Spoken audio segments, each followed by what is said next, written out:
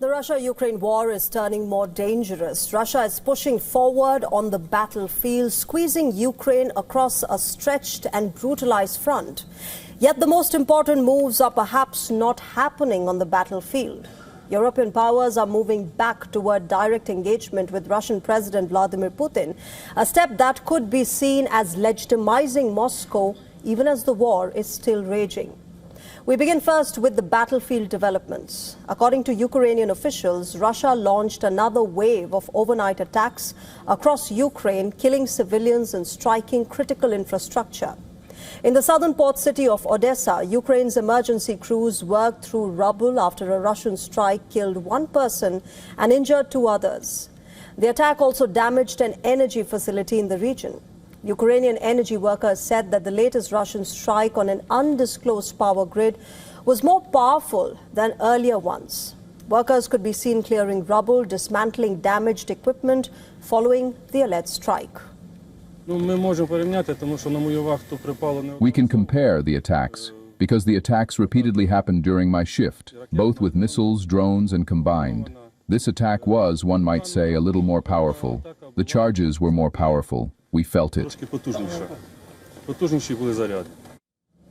Now, further east, Russian drones hit a town in the Zaporizhzhia region, injuring multiple civilians, including a one-year-old child. Overnight attacks killed at least 3 people, according to officials, with the eastern Kharkiv region also hit. These are the visuals on your screen from the eastern Ukrainian city of Sloviansk, where emergency workers can be seen working in the aftermath of a Russian strike that killed a mother and daughter. 7 more people are said to be injured in the attack on the industrial hub, which Russian forces are slowly advancing toward.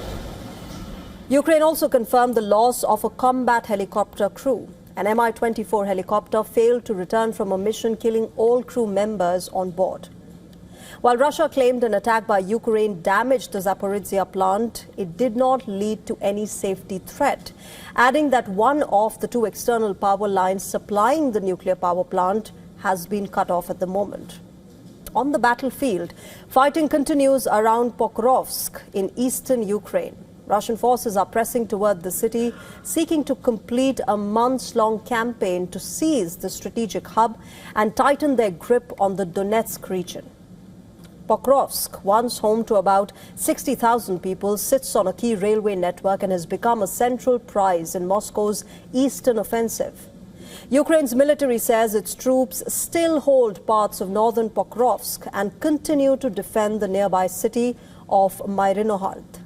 But officials acknowledge that Russian forces are advancing by exploiting gaps in the Ukrainian air defense, dropping guided bombs and using superior manpower to control surrounding heights and flanks.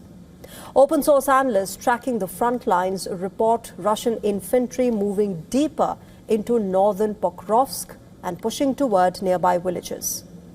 If Pokrovsk fails, it would mark Russia's most significant battlefield gain since the capture of Avdiivka early last year. Now on to diplomacy, where the shift begins in Europe. The French President Emmanuel Macron has openly called for Europe to resume direct dialogue with the Russian President Vladimir Putin. Words that signal a major shift from isolation to engagement. Macron says that Europe cannot remain on the sidelines and must develop a coordinated approach, warning against leaving negotiations entirely in American hands. Emmanuel Macron has argued that talks with Putin should be structured, limited in participants, and guided by a clear European mandate.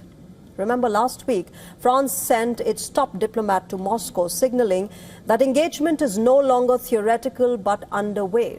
Kremlin had confirmed recent contact with Paris. In fact, the Kremlin spokesperson said that so far there has been no indication that Paris has a desire for dialogue at the highest level. However, he further stated that Macron's statements on the need to build relations with Russia was viewed positively. Kremlin also said that no date has been set for the next round of peace talks in the ongoing war. Russia's foreign minister Sergei Lavrov, meanwhile, has dismissed claims of rapid progress in the peace talks, warning against optimism and saying that negotiations remain far from complete.